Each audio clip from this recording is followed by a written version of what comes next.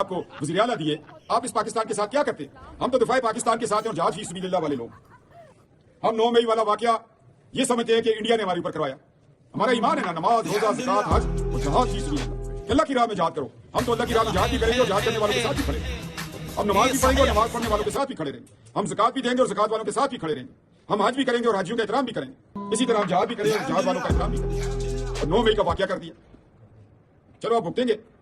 ہم پاکستانی ہیں، ہمیں پاکستان سے پیار ہے اور اس ملک کو ہم نے اسلام کے نام پہ لیا تھا. ہمارا مقصد تھا کہ لے کے رہیں گے پاکستان، بن کے رہے گا پاکستان. اور پاکستان کا مطلب کیا؟ ہم اس طرف جائیں گے تب یہ پاکستان ترقی کرے گا.